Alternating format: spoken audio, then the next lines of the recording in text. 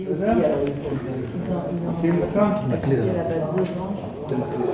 טוב. 2h30 של הנינים. שלום. שלום. שלום, בוקר טוב, שבוע טוב, טוב. Alors nous reprenons notre Megillat Esther avec une question que nous avons posée à laquelle on va voir un certain nombre de réponses. Celles qui n'ont pas la feuille numéro 5, alors il y en a encore quelques-unes, mais enfin on l'a donné la semaine dernière. Tout le monde a la feuille numéro 5 ? Oui. Alors, vous vous rappelez de la question que nous avons posée et à laquelle on n'a pas eu le temps de donner de réponse. Ceux qui se rappellent. Ish Yehudi Aya Beshushan Abiram. On est donc dans le chapitre 2. Si c'était le seul juif. Pardon ? Pourquoi qu'on dit que c'est le seul, enfin on a l'impression qu'il est le seul juif. C'est le seul juif. Oui, ça on a parlé. Pourquoi est-ce qu'effectivement on va y revenir d'ailleurs tout de suite. Mais pour l'instant, on était à la question de savoir, je suis donc au verset 5 du chapitre 2, Ish Yehudi Aya Beshushan Abira. Il y avait un homme, comment il faut traduire ? Est-ce que c'est Yehudi? Oui, si c'est Yehudi Alors est-ce qu'il est de Yehuda? ou de Ben Yehuda, parce qu'il est en exil. Beshushan Abira, Ushmo Mordechai, Ben Yair, Ben Shimi, Ben Kish, Ish Yemini. Et puis à la fin du verset, on dit qu'il était de Binyamin. Alors on ne sait plus quoi penser. Il était de Yehuda ou de Binyamin? Vous avez décidé qu'il est de Binyamin. Yehuda, parce qu'en exil, un juif en exil est appelé Yehudi. Alors ça c'était la première réponse qu'on avait vue, c'est bien, vous vous rappelez. On va en voir maintenant encore quelques-unes. Donc ça c'était la réponse de Rashi. Rashi nous avait dit tous les Bnei Israël qui sont en exil sont appelés Yehudim. D'abord parce que c'est la tribu essentielle qui a été exilée. On parle du deuxième exil, n'est-ce pas, après l'exil des 10 tribus. Oui. Si vous vous rappelez, dans le livre des rois, il est écrit que les 10 tribus ont été exilées quelque part en Extrême-Orient, au-delà d'un fleuve qui s'appelle Sambation. Et ça, c'est pour les 10 tribus qui constituaient le royaume d'Israël, qui ont été exilées en premier, parce que, comme la tribu de Réhouven et Gad, qui ont voulu s'établir de l'autre côté du Jourdain, alors là-bas, il n'y a pas de frontière orientale à leur territoire, ce qui veut dire que très facilement, ils vont pouvoir être exilés hors de leurs frontières. C'est comme ça que le Tanakh nous le décrit. Mais Yehuda et d'ailleurs Binyamin, justement, ces deux tribus qui ont constitué le royaume de Juda, eh bien, vont être exilés par la suite. Et c'est de cela que l'on est en train de parler, l'exil de Babylonie, de la tribu de Yehuda. Et donc Rashi nous dit très simplement, cet homme-là dont on parle, il faisait bien sûr partie de la tribu de Binyamin, de Benjamin, mais il était appelé Yehudi parce qu'il est en exil. Et on voit dans les livres effectivement de Esther, un petit peu aussi dans Ezra et Néhémie, Néhémia, qu'ils sont appelés les Yehudim. Vous vouliez poser une question ? Non. Mais Yehudim, ça vient de Yehuda.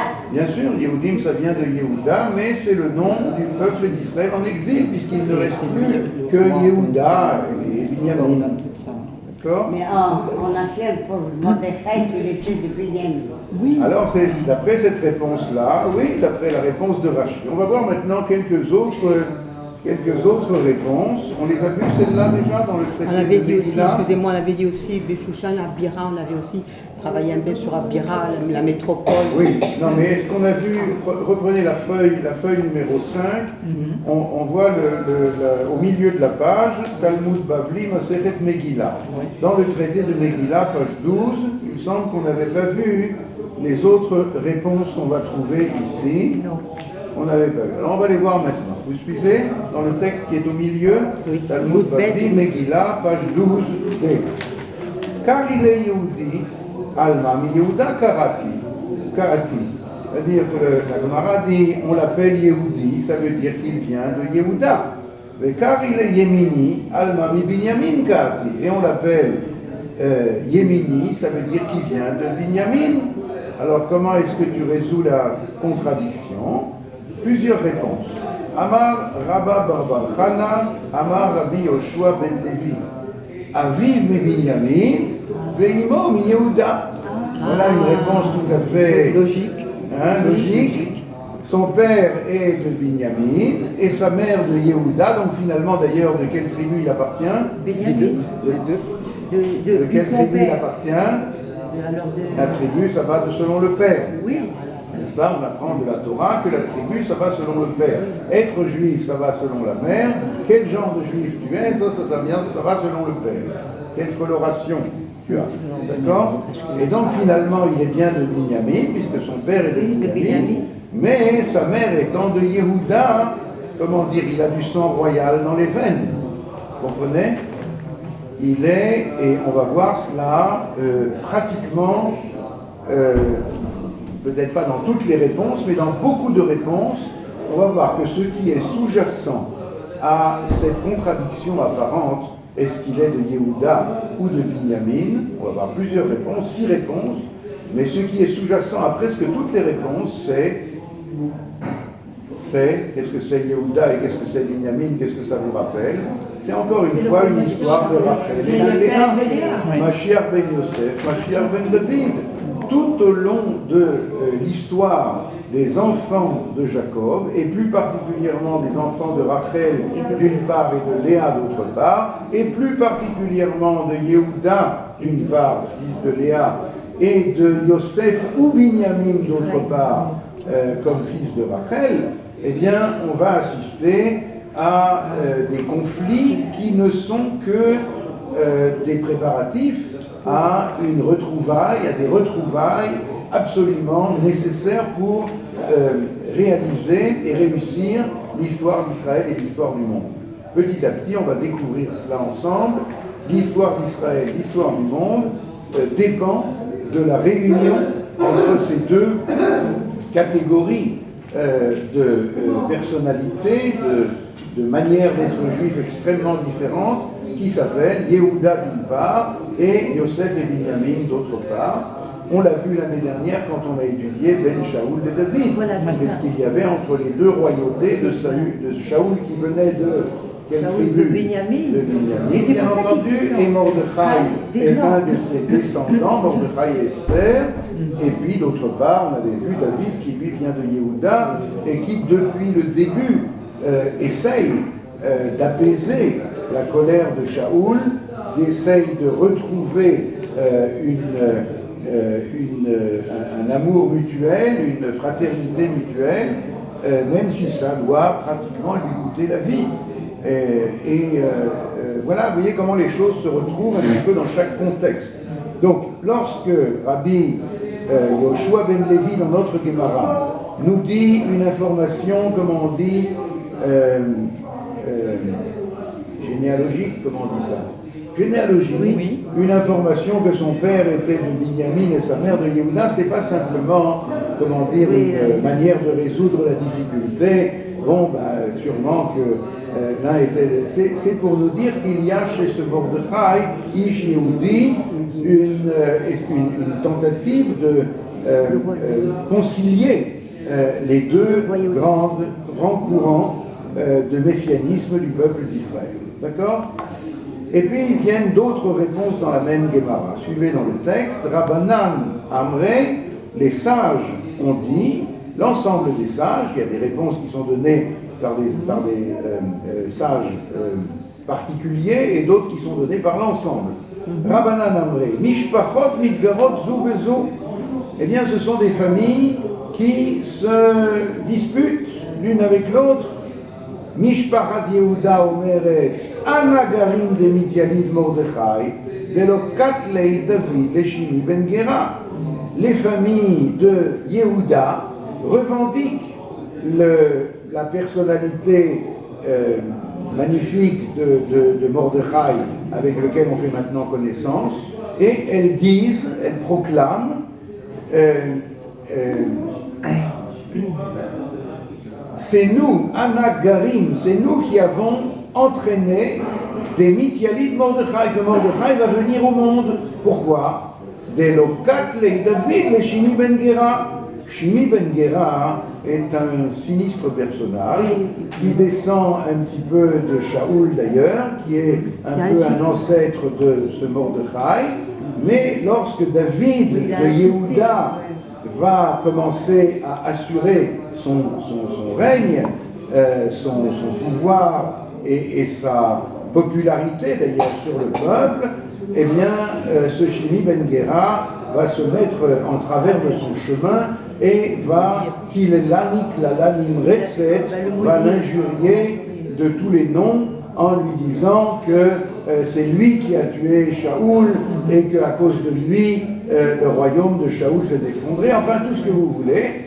Et voilà que pour toutes sortes de raisons qui ne sont pas les nôtres maintenant, David ne va pas, malgré les conseils de ses conseillers, ne va pas le condamner à mort pour Mored Bamalchut, pour avoir rebellé contre la royauté. C'est ce qu'il méritait. Malgré tout, par respect pour la descendance de Shaoul, non seulement pour Shaoul lui-même, il ne va pas le condamner à mort. Alors, voyez comment les choses se retrouvent quelques générations plus loin. Les sages ont dit pourquoi il s'appelle Ish Yehudi et pourquoi il s'appelle Ish Yemini. Chacun de son côté, Yehuda et Binyamin revendiquent la naissance de ce Mordechai le juste. Qu'est-ce que disent Yehuda? Eh bien, c'est bien parce que mon ancêtre David n'a pas tué Shimi Ben Gera de Binyamin que Mordechai va pouvoir naître. Donc tu vois bien que nous avons tout le mérite de la naissance de Mordechai. Vous voyez, c'est clair? Oui, oui. Un peu comme ça, mais bon. Par contre, Mishpachat Binyamin, Amra, Minaïkati. La famille de Binyamin dit, mais enfin, qu'est-ce que tu vas chercher midi à 14h?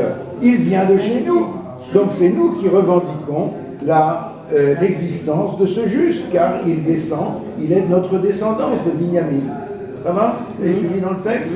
Ça, c'est la deuxième réponse qui nous dit donc qu'il y a une espèce de, comment on dit ça, de revendication mutuelle qui est responsable de la naissance de Mordechai, qui d'une certaine façon est un peu un Mashiach, puisque, on le verra, c'est lui, on a déjà dit, bien sûr Esther aussi, qui va provoquer la délivrance du peuple d'Israël. Quatrième réponse, je continue dans la Gemara, je suis à la quatrième ligne. Rava Amar. Rava lui disait, pour résoudre la difficulté, Knesset Israël Amra les Idar Gissa. L'Assemblée d'Israël, elle, va opposer à ce qu'on vient de dire. Idar Gissa, ça veut dire elle va aller complètement de l'autre côté. J'explique en un mot. L'explication qu'on a vue juste avant des sages montrait un Mordechai que tout le monde revendique. Hein, c'est de chez nous qui vient. Et bien là, on va voir les Idar Gissa, le contraire. Tout le monde voudrait qu'il ne soit pas de chez eux. Vous allez voir pourquoi. Donc Rava disait, Knesset Israël amra le Idar Gissa. L'Assemblée d'Israël disait le contraire. Re'uma asali Yehudi, uma shilem li yemini, dit l'Assemblée d'Israël. Voyez ce que m'a fait ce Yehudi de Yehuda et ce que m'a fait payer ce Yemini de Binyamin. Et maintenant on explique. Ma asali Yehudi de lo katlei David le Shim'i de Ityalid mine Mordechai de Mikna Yabe Aman. Alors c'est un peu à tiroir. Suivez bien. Regardez, dit l'Assemblée de Ma'asali Yehudi. Qu'est-ce que m'a fait ce Yehudi? Que, à cause du fait que David n'a pas tué Shimi Ben Gera, alors est né Mordechai. Jusque-là, ça ressemble à ce qu'on a déjà vu, mais écoutez la suite. Et à cause de ce Mordechai, Haman va jalouser les Juifs. Mordechai, on le verra, va pas ménager les provocations envers Haman. Il a une stratégie d'un Juif, fier et un peu provocateur. Et la Gemara ici, dans la bouche, donc on peut imaginer des fils de Binyamin, va dire, regardez-moi, ces Yehudim là, ce Yehudi là, Mordechai, qui, à cause de lui, nous avons été en danger de mort pour tout le peuple d'Israël. Parce qu'il ne s'est pas prosterné. Comment? Parce que, oui, C'est vrai entre aussi. autres. C'est vrai aussi. C'est vrai aussi. Tout est vrai. Oui, voilà. Tout est vrai. C'est un peu comme Moshe Rabbeinu quand il a intervenu et qu'on les a obligés à faire aussi des prix. Oui, oui, quand il est allé se confronter au pharaon, etc., en lui disant c'est la Au lieu que les vérité. choses sont calmées, au contraire, elles sont Voilà, alors Nathan et Abiram sont postés devant lui en lui disant regarde ce que tu as fait, à cause de toi, la situation n'a fait qu'empirer. C'est pas très très facile pour un dirigeant de s'entendre dire des choses comme ça. Alors, c'est pas fini. Donc ça, c'est ce que disent apparemment Binyamin à propos de Yehudi. Et qu'est-ce que disent les Yehuda à propos de Binyamin? Qu'il est né, sa naissance. Uma Shilem Li Yemini, vous suivez, c'est à la 2, 4, 5e ligne à la fin. Ma Shilem Li Yemini, qu'est-ce que m'a fait payer ce fils de Binyamin? Apparemment, c'est dans la bouche de Yehuda. Delokatlei Shaoul le Agag. Quoi, vous vous rappelez pas? Oui. Que Binyamin, c'est-à-dire Shaoul, qui vient de Binyamin, n'a pas tué Agag, le roi d'Amalek. Vous vous rappelez, il a Vayachmol, comme on dit ça, il a eu pitié de lui. Ve'it yelid minei Haman nemetzaher Israël. Et qu'est-ce que ça a donné comme conséquence? Que descendra de ce Amalek Haman, qui va faire des misères au peuple d'Israël. Donc qui est responsable? Eh bien, ils sont Ish Yehudi, Ish Yemini. Ils sont en train de se renvoyer la balle pour dire c'est toi qui est responsable de toutes nos misères. Vous voyez que c'est exactement, comme on a dit, les Idarkissa. C'est exactement le contraire de l'explication précédente. Dans l'explication précédente, chacun voulait que ça vienne de lui, revendiquait la personnalité du juste venant de chez lui. Maintenant, c'est exactement le contraire. Chacun dit, c'est toi qui es responsable qu'il a existé et que c'est lui qui nous a amené tous ces malheurs. C'est personne. L'essentiel, les Juifs se disputent. Hein? Oui. Surtout en ce moment. Soit ils se disputent parce que ça vaut la peine, soit ils se disputent parce que c'est un provocateur et c'est lui qui nous attire tous les ennuis, mais l'essentiel, ils se disputent. Ils se disputent qui? Binyamin et Yehuda. De toute façon, ils sont venus pour réparer. Il est venu pour réparer, pour la réparation de Shaoul. Mordechai est venu Pour l'instant, on ne sait pas ça. Pour l'instant, on n'a pas appris. Alors, on en est déjà à notre quatrième réponse de la Gemara, plus la réponse de Rashi. Ça fait 5. La voilà. Rabbi Yochanan Amar, c'est la dernière réponse de la Gemara, vous suivez? Oui. Donc, 6e ligne. Rabbi Yochanan lui disait Le'olam mi Binyamin ka'ati. On dira toujours qu'il vient de Binyamin, il n'y a aucun doute là-dessus. Ve'amai car il est Yehudi. Alors pourquoi on l'appelle Yehudi? Al shum shekafar ve'avoda zara. Parce qu'il a renié l'idolâtrie. Shekol hakofer ve'avoda zara nikra Yehudi.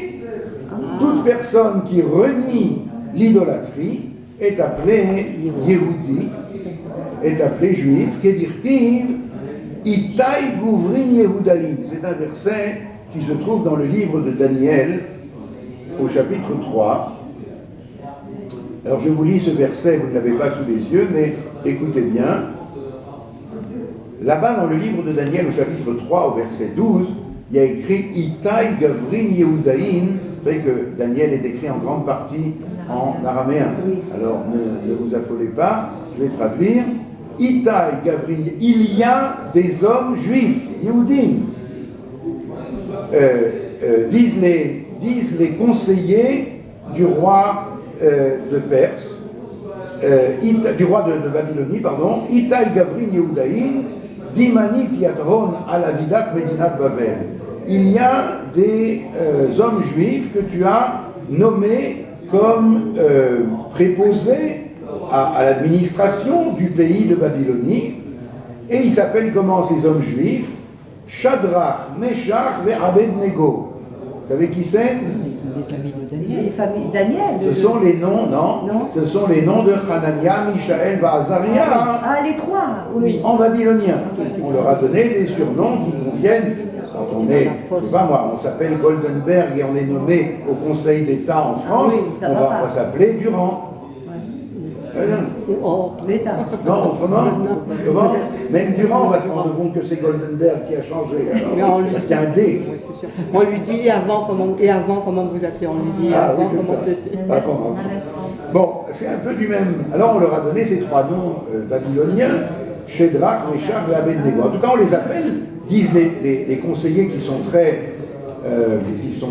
essayent de faire du, je ne sais plus parler français, plus de la, vous comprenez, d'exciter un peu le roi contre ceux-là, parce qu'ils voudraient prendre leur place. Ils sont arrivés au règne du pouvoir. Gouvraya Ilach, Losamu alaich malka ta'am le'elokaich. Alors ils lui disent, tu les as nommés sur l'administration de ton pays, mais ils n'ont ils n'ont pas fait attention de respecter ta parole,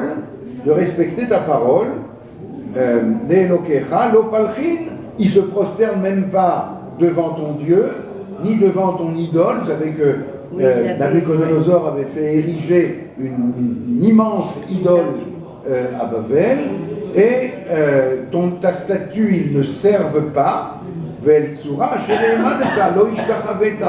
c'est-à-dire la statue que tu as fait ériger, ils ne se courbent pas devant. Donc tu vois bien.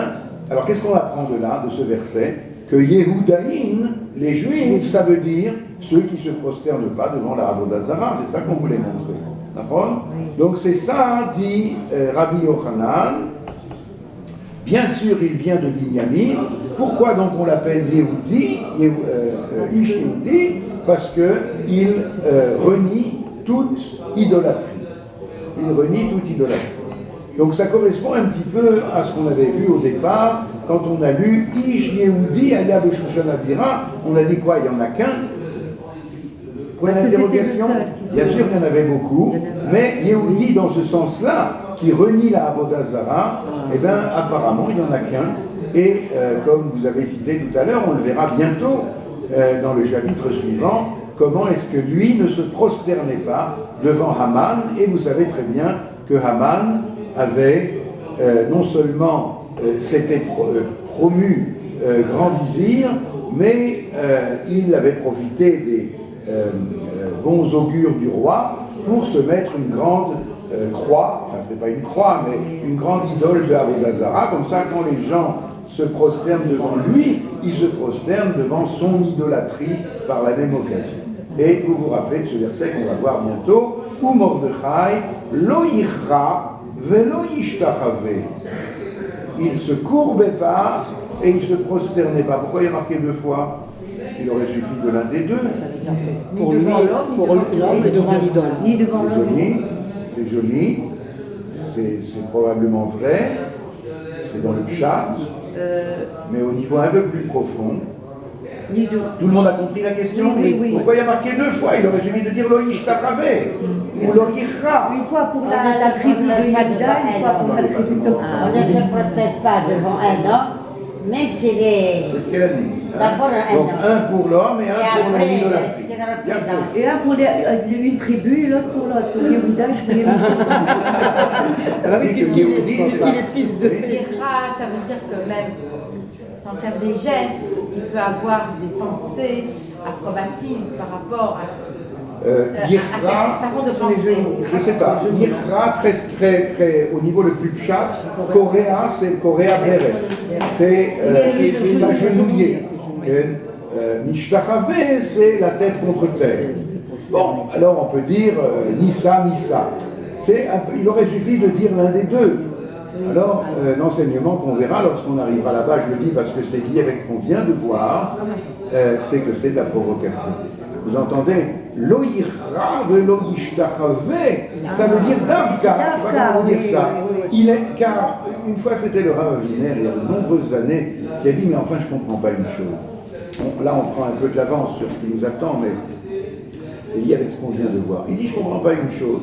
Chaque jour, à 15h48, le baldaquin de Haman, le grand vizir, passe dans la rue de Mordechai, d'accord? Eh bien, qu'il reste chez lui, qu'il fasse le tour du pâté de maison, qu'il aille justement faire les courses au Superchouk.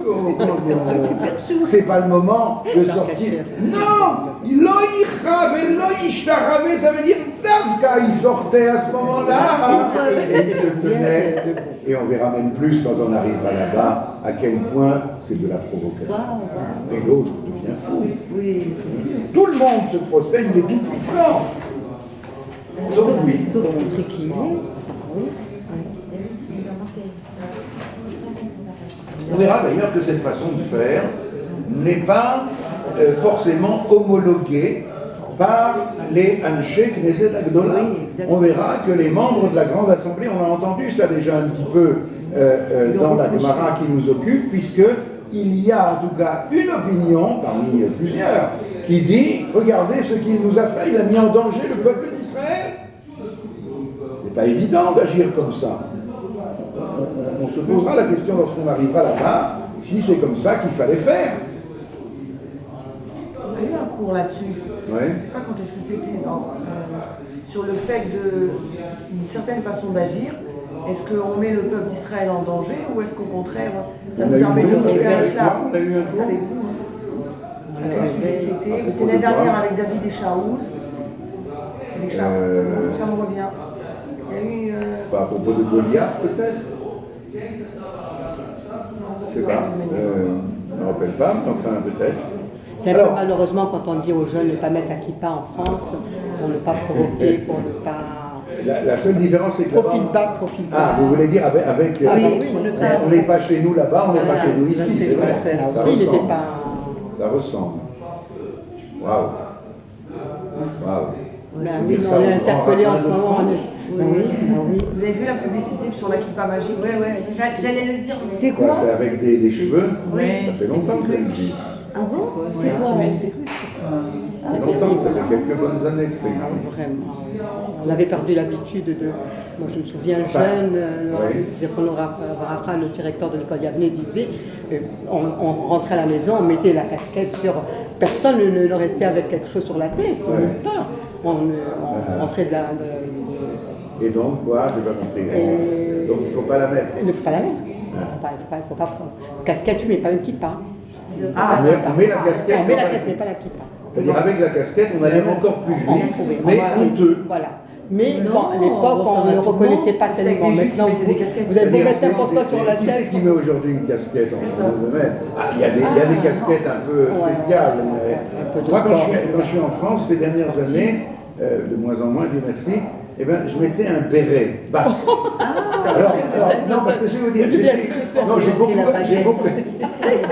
j'ai beaucoup étudié le problème. Je suis incapable de mettre cette casquette juive honteuse, ça c'est pas pour moi. Alors j'allais la plupart du temps avec kippa, mais c'est vrai que dans certains quartiers c'est dangereux, dans le métro, des choses comme ça. Mais je me suis rendu compte que tout est une question, c'est des gens que tu ne vas pas fréquenter pendant une journée entière, ils te voient. Alors je me suis rendu compte que tout est une question de flash comme ça, d'association. Quand on me voit avec ça et avec la barbe blanche, vous savez à quoi on pense avec un béret basque? Vous savez à quoi on pense? J'ai vu ça chez Shalom Var d'ailleurs. Vous savez à quoi on pense? Quoi, vous n'avez pas connu l'autre là qui est mort, comment il s'appelle? Le père. Les bergers de je sais pas quoi, Ah, le Moustaki? Non, le père. Les gâteaux là. Celui qui a fait le lait. Comment il s'appelait? Qui est un anti-juif d'ailleurs convaincu. Le prêtre qui est mort. Qui faisait de la tzedaka, qui a fondé. Daniel? Ah, non. Daniel, non? Non. Le père. Oui, je vois qu'il Oui, il est mort avec la pellicule noire. Avec, voilà. Oui, alors, avec le bébé. Oui, oui, alors, oui, c'est oui, ça, oui, avec le béret qui c'est qui Ah, l'abbé Pierre, L'abbé Pierre, non. L'abbé Pierre. Il marche. L'abbé Pierre. Vas-y. Comment ça s'appelait son association je sais plus quoi. Bon, enfin. Vraiment des voilà. trucs très Alors, et ça, je pense que c'est ça. Voilà, on va dire un chapeau feutre, Voilà. c'est neutre le chapeau. Voilà. Ah, mais c'est. Ah, non. J'ai pas pris une baguette, un camembert et un. Voilà, j'allais dire, manquer la C'est baguette. pas Une nécessaire. bouteille de vin. Bon, allez. C'était la fin. Mais tout ça, j'ai pris le temps de réagir à ce que vous dites parce que vous avez raison, c'est ça l'atmosphère. On va voir avec les Yehoudim. Les Yehoudim. Pas le Le fameux Yehoudim, festin, mais les le fameux Yehoudim. festin auquel ils ont participé. Et on va voir à quel point ils se cachent, effectivement, on a déjà vu, par rapport au festin, etc., comment ils se précipitaient au palais, justement alors que Achashverosh va sortir les kélim du Beth Amikdash qui sont dans ses caves, et il va les faire boire dedans. Genre, on a abdiqué de pas de notre religion. Vous vous rappelez, Kadat Einones, il est très respectueux, Napoléon Assuérus, de la religion de chacun, mais tout sauf nationalité. Et donc, Yehoudim en tant que religieux, oui, Yehudi en tant que national, ça en aucun cas. Et c'est ce qu'on va voir. De leur côté, ça peut tout à fait se Comment comprendre. Comment Ça peut tout à fait se comprendre. De leur Parce point que de vue, bien sûr, parce que leur nation, elle est à la limite en danger. Mais bien entendu. Et ils ont. Mais bien entendu, comment a dit le grand rabbin de France la semaine dernière? Bon. L'ex-grand rabbin ou l'actuel? Il a dit maintenant on est rassuré que la République nous protège. Et donc il n'y a aucune raison de venir en Israël. C'est une histoire nationale, c'est pas une histoire religieuse. Bon, ceux qui vraiment veulent par motivation. Il faut réfléchir. Oui, pourquoi pas, on n'est pas contre. Ne pas partir sur un coup de tête. Il faut aller bien par réfléchir. choix. Hein? Par choix, pas Quoi par choix, pas par Waouh. Et parce qu'il faut, c'est tout, il Il faut faut réfléchir. Bon, alors on avance. Donc, ça c'était la dernière réponse, celle de Rabbi Yochanan. Vous savez peut-être d'ailleurs que Rabbi Yochanan était le Rav d'Eretz Israël à cette époque-là, celui qui a fondé la yeshiva de Tibériade, alors que les autres sont en exil, sont en Babylonie. Mais Rabbi Yochanan, lui, il dit Kafar be'avodah zara, il a renié l'idolâtrie. Je voudrais dire à ce propos-là que ce n'est pas seulement religieux l'idolâtrie, pour revenir à ce qu'on vient de dire. Pour relier avec la paracha, les parachutes qu'on lit ces derniers temps, vous vous rappelez de ce verset qu'on a lu il y a 2 semaines, Va Yoel Moshe la Shevet et Taïsh, dans la paracha de Shemot. Moïse, est arrivé chez celui qui est devenu son beau-père, Yitro à Midian, et là-bas le verset dit Va Yoel Moshe la Shevet et Taïsh. Moshe, alors on traduit généralement, a bien voulu demeurer chez l'homme, chez Yitro. Mais le mot Vayoel est un mot exceptionnel et le Midrash s'en empare en disant ça vient du mot Allah. Allah, ça veut dire un serment, Shvoua. Il a juré, d'ailleurs c'est dans Rashi sur le Chumash, tenez-vous bien, vous êtes assises, n'est-ce pas? Moïse a juré à son beau-père que le premier fils serait pour la Avodah Zara. Incroyable. Pourtant, Yitro n'était pas, on disait que Yitro n'était pas. Il était, après il a évolué. Alors, je pourrais prendre beaucoup plus de temps, bien sûr, c'est quelque chose d'énorme. Le Rav Harlap, le grand élève du Rav Kook, l'un des 3 grands élèves du Rav Kook, explique la chose suivante. Tout le monde se rappelle de la Gemara de Ketubot, page 110b, qui dit que toute personne qui habite en Chutz La'aretz ressemble à quelqu'un qui est idolâtre. Hein? D'accord? Ressemble à quelqu'un qui n'a pas de Dieu. Voilà. Et après, elle dit quoi? Quelqu'un qui n'a pas de Dieu? Non, plus encore, quelqu'un qui est idolâtre. Alors, d'ailleurs, j'ai entendu un très beau pérouche il y a 2-3 jours. Qu'est-ce que ça veut dire ressemble à? La Gemara dit comme ça. Toute personne qui habite en Chutz La'aretz, en dehors d'Israël, ressemble à quelqu'un qui n'a pas de Dieu. Et toute personne qui habite en Eretz Israël ressemble à quelqu'un qui a un Dieu. Et comme il est dit, et la Gemara dit, comment tu peux dire une chose pareille? Et j'ai entendu un très beau pirouche, qu'est-ce que ça veut dire ressemble à? Ça veut dire ressemble à, c'est une drôle de formulation. Alors, c'est un grand rave d'aujourd'hui qui explique, ressemble à, ça veut dire que même si il est tzaddik en Chutz La'aretz, il ressemble à quelqu'un qui n'a pas de Dieu. Il se comporte d'une façon parfaite sur le plan du comportement religieux. Qu'est-ce que ça veut dire ressemble à quelqu'un qui a un Dieu en Eretz Israël? Ça veut dire même s'il est rachat d'amour, même s'il se comporte d'une façon complètement en dehors de la Torah, il ressemble à quelqu'un qui a un Dieu. C'est énorme, non? D'où on apprend ça, dit la Gemara? Parce qu'il est dit à propos de David qui fuit la poursuite de Shaoul, il est allé se réfugier chez le roi des Philistins, Achish. Et non, il n'est pas encore chez Achish, il va y arriver. Enfin, il est sorti des frontières habituelles des Israël, et il dit la phrase suivante, Ki gershuni hayom, on m'a expulsé aujourd'hui, Ki gershuni hayom meistaper benachalat Hashem, de me rattacher à l'héritage de Dieu, les morts, les chavod Elohim acherim, pour me dire va servir des dieux étrangers.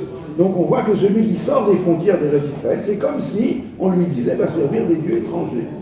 Alors la Gemara dit mais il ressemble vraiment à quelqu'un qui n'a pas de Dieu, même s'il est donc quelqu'un de juste et de pieux.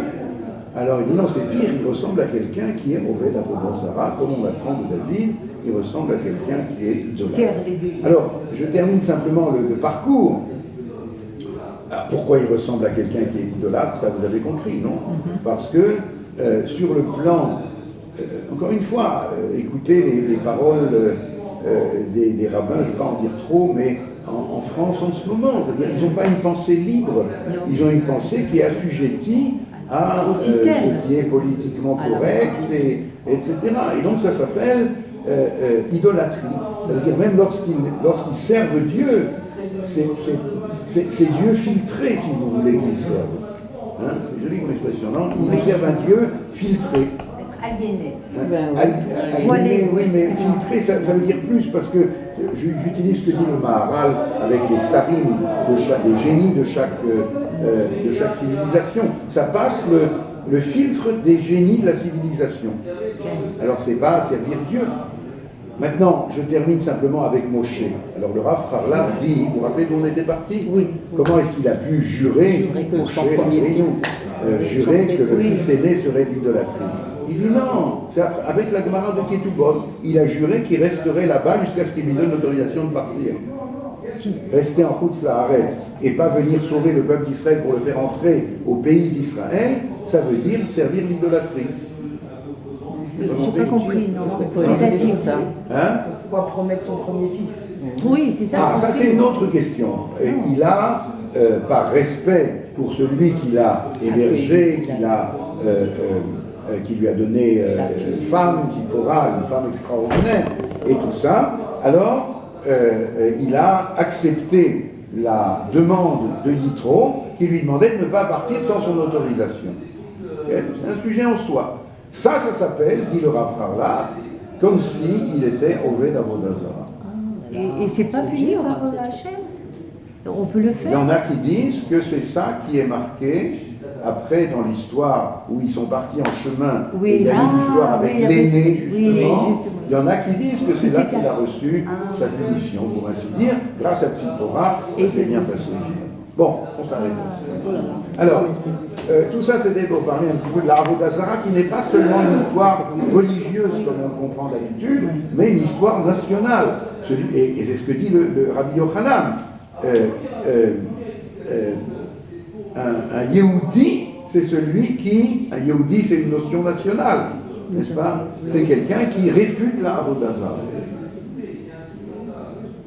Finalement, c'est toujours la même chose. Est-ce qu'on est une religion ou est-ce qu'on est un peuple, une nation? Bon, depuis le début, ce thème nous accompagne. Mihu Yehudi. En galoute, on peut être que religieux. En galoute, la dimension de peuple est entre parenthèses. Et de là viennent tous les mots MAUX, jusqu'à ce qu'il y en a un qui se sent, on le verra bientôt, qui se sent en exil tellement qu'à chaque instant, il a une conscience aiguë que sa religion est une avodazara, et par conséquent que quand va venir le jour où je pourrai retrouver ma terre, mon peuple, ma culture, ma dimension nationale, qui est sur le plan religieux la seule véritable garantie d'authenticité.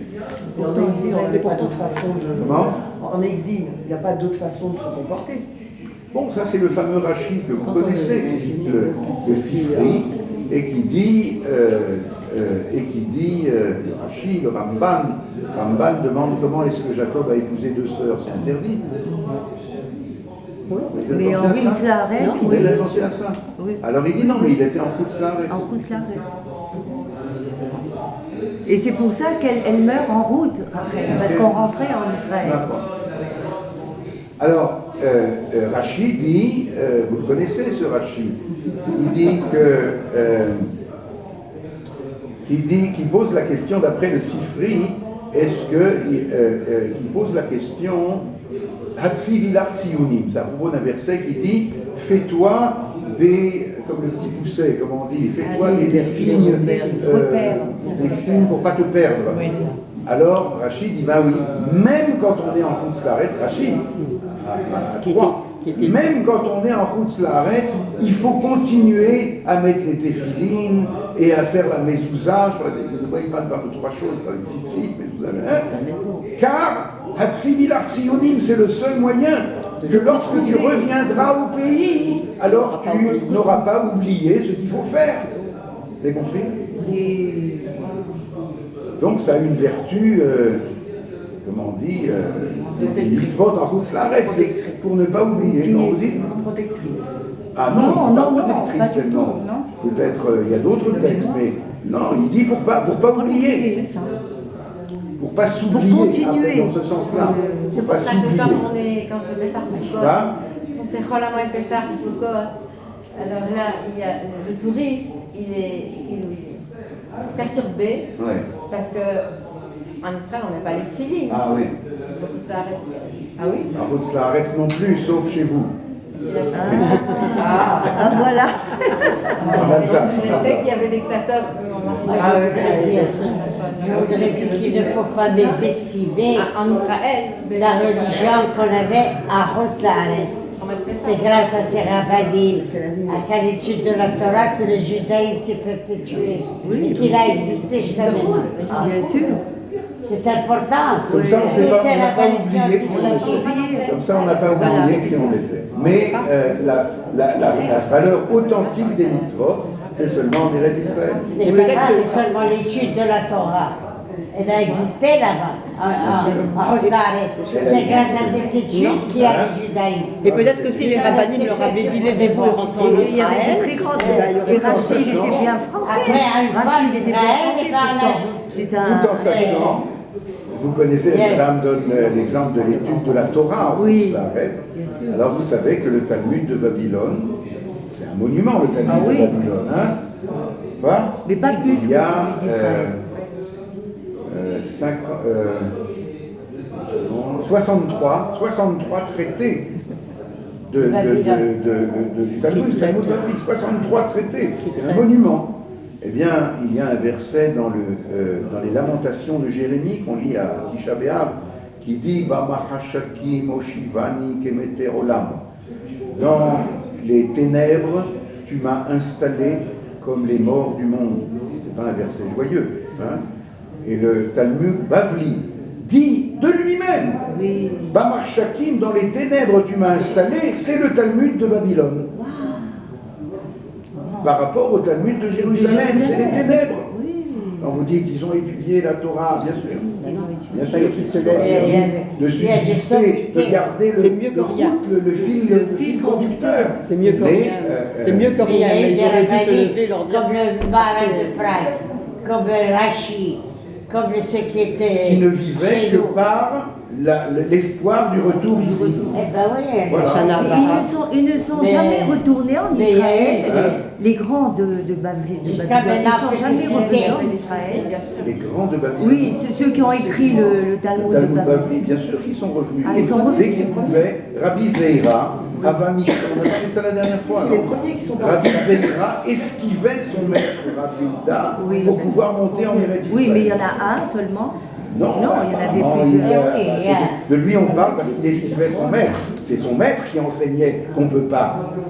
Lui, il a esquivé son maître pour venir. Les autres, on n'en parle pas. À ce qui paraît, il est venu à pied, il a fait un voyage il a jeûné terrible. pendant, il a jeûné Oui. de nombreux jours pour Oui, oublier oui. la manière Pour d'apprendre. d'apprendre. Bon, allez, on avance. On a encore quelques minutes. Nous allons au moins terminer cela.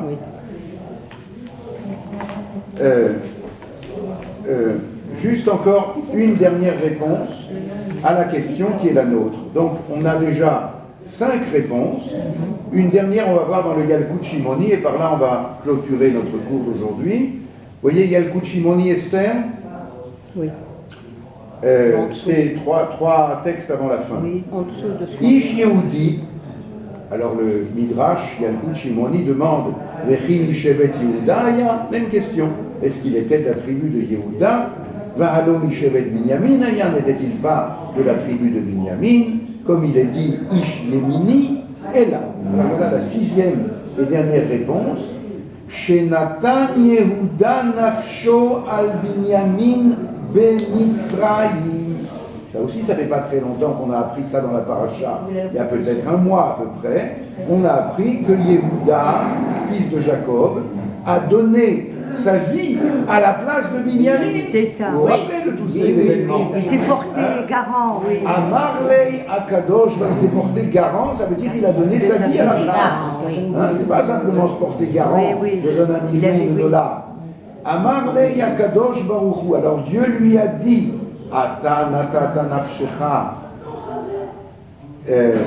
le'eved tachat Binyamin, tu as voulu, tu t'es proposé comme esclave à la place de Binyamin, Chayecha, je te promets, Hagoel she'ani atid le'anid mimenu, le'shimcha ani kodvo, ish Yehudi. Le sauveur, celui qui va provoquer la délivrance du peuple d'Israël, sous-entendu Mordechai, que viendra un temps, on est encore loin de cela, que viendra un temps, je vais promouvoir en Israël, eh bien je vais l'appeler en ton nom, comme il est dit, Ish Yehudi. Bien qu'il vienne de Binyamin, je l'appellerai Ish Yehudi. Pourquoi? Alors dans le pshat de ce midrash, c'est pour montrer que, comme un prix, comment on dit, une récompense que je te donnerai pour avoir fait cet acte de, comment on dit, arvout, d'implication, responsabilité. Responsabilité, et encore c'est plus que responsabilité, mais c'est ça, c'est dans cette direction. Alors ça c'est le pshat. Plus profondément, on revient à ce qu'on a dit depuis le début. Il y a une implication mutuelle, une responsabilité mutuelle, une fraternité mutuelle et une solidarité mutuelle entre ces deux piliers du peuple d'Israël qui s'appellent Yehuda et Binyamin. Ces deux que viendront les 2 premiers rois d'Israël. Et comme nous l'avons appris l'année dernière, combien David va tenter d'apaiser la colère inexplicable de Shaoul, car il sait ce que finalement Jonathan, fils de Shaoul, comprendra, alors que Shaoul lui-même ne comprendra pas. Il sait combien est-ce que cette union, cette fusion entre les 2 grands courants du judaïsme, enfin je ne sais pas comment on dit ça, les 2 grands courants de l'identité d'Israël doivent vivre non seulement en harmonie, mais en fusion. Eh bien, c'est ça qui est en sous-jacent à cette dernière réponse du Midrash. Pourquoi Ish Yehudi, Ish Yemini? C'est parce que, dit le Midrash, pour rappeler la Harvout, qu'est Anochi Aharvenu. Vous vous rappelez, quand on avait appris ça dans le chapitre 17 de Shmuel, lorsque Yishai, le père de David, envoie pour la première fois le petit David là-bas au champ de bataille où Goliath se promène en injuriant Shaoul et tout le peuple d'Israël, eh bien, il lui envoie toute une série de paquets. Vous vous rappelez de ça? Toute une série de cadeaux, de paquets, de choses bizarres. Et en particulier, il lui envoie quelque chose qui rappelle la notion de Harvout, c'est-à-dire la notion de responsabilité mutuelle. Et il est temps, dit le Midrash là-bas, de reprendre la Harvout que ton arrière-grand-père avait donnée et de la prendre sur toi. Et David va être celui qui va reprendre cette responsabilité. Vous voyez que les choses sont impliquées mutuellement et que, pour terminer, Mordechai, de Binyamin, bien entendu, arrière-petit-fils de Shaoul Hamelech, va être celui qui mérite d'être appelé Yehudi, qui mérite de fusionner avec la tribu de Yehuda. Et donc c'est ça qui amène la Géoula, c'est ça qui amène la délivrance, avec bien entendu des implications contemporaines très grandes entre les Juifs de ce type-là et les Juifs de ce type-là, qui ont beaucoup de mal à se concerter ou à se respecter ou à se fusionner à plus forte raison, mais il n'y a pas le choix. C'est ça seulement qui va amener la Géoula, qui va amener la délivrance. Amen.